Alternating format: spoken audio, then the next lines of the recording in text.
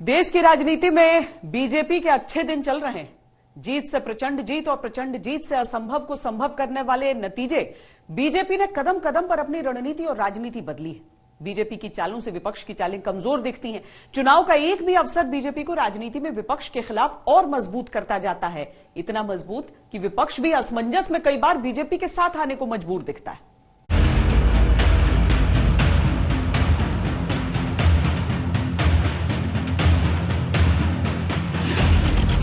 एक चुनाव और सारी बाजी पलटना किसे कहते हैं? राजनीति शास्त्र में अगर कोई अध्याय लिखा जाएगा तो बीजेपी के इस दौर पर चर्चा जरूर होगी। देश में राष्ट्रपति चुनाव होने हैं और बीजेपी की बिसात पर विपक्ष बेदम है। वर्तमान टेलीविजन न्यूज देखिली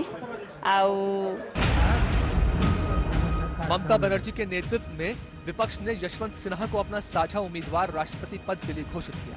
बीजेपी ने इसके बाद द्रौपदी मुर्मू का नाम एनडीए की राष्ट्रपति पद के प्रत्याशी के तौर पर आगे किया।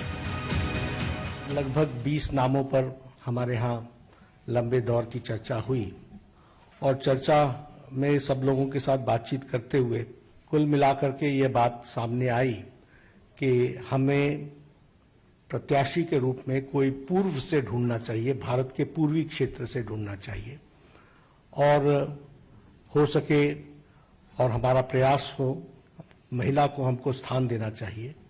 और आज तक कोई आदिवासी ट्राइबल प्रत्याशी राष्ट्रपति के रूप में नहीं आया है, इसलिए हमें ट्राइबल पर और पहली बार कोई ट्राइबल को भारतीय एनडीए की तरफ से हम कैंडिडेट बना सकेंगे, ऐसा संसदीय बोर्ड पार्लियामेंट्री बोर्ड का मत था और इसलिए श्रीमती द्रौपदी मुर्मू इनको राष्ट्रपति का प्रत्याशी घोषित किया गया है।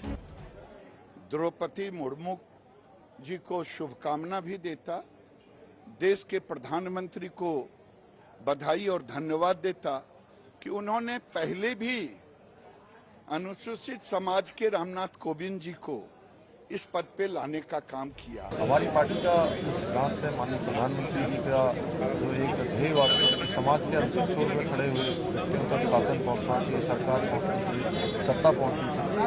और आज ये इस बात का प्रत्यक्ष प्रमाण है कि द्रौपदी मुर्मू जी हमारी जो आदिवासी और जनजातीय क्षेत्रों का प्रतिनिधित्व करती है, उनको देश के सर्वोच्च पद के लिए जो है यहाँ पर उनको उम्मीदवार बनाया है।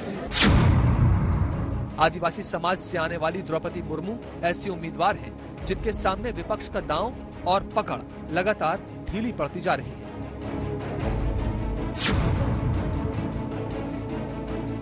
बीजू जनता दल ने खुला समर्थन किया, मायावती ने समर्थन का ऐलान किया, एनडीए छोड़ने वाले अकाली दल ने समर्थन का ऐलान किया।